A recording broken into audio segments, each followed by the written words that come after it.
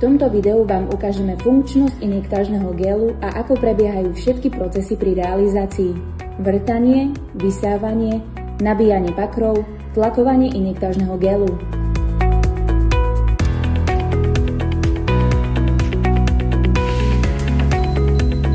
Teraz si ukážeme, aké hodnoty sme namerali po 3 mesiacoch od zhotovenia našho ukážkového muriva, ktoré bolo a neustále je vystavené extrémnym podmienkám v nádobe s vodou.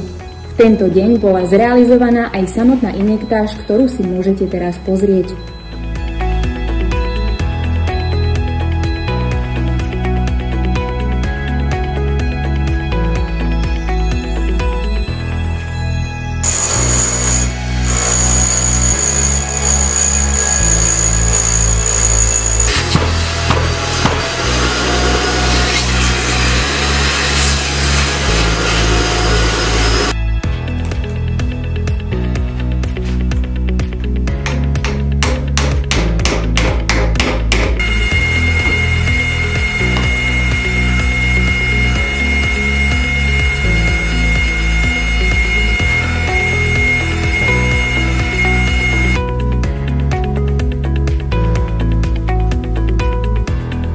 Toto je meranie, ktoré sa uskutočnilo po 10 mesiacoch od aplikácie injektážneho gélu do muriva.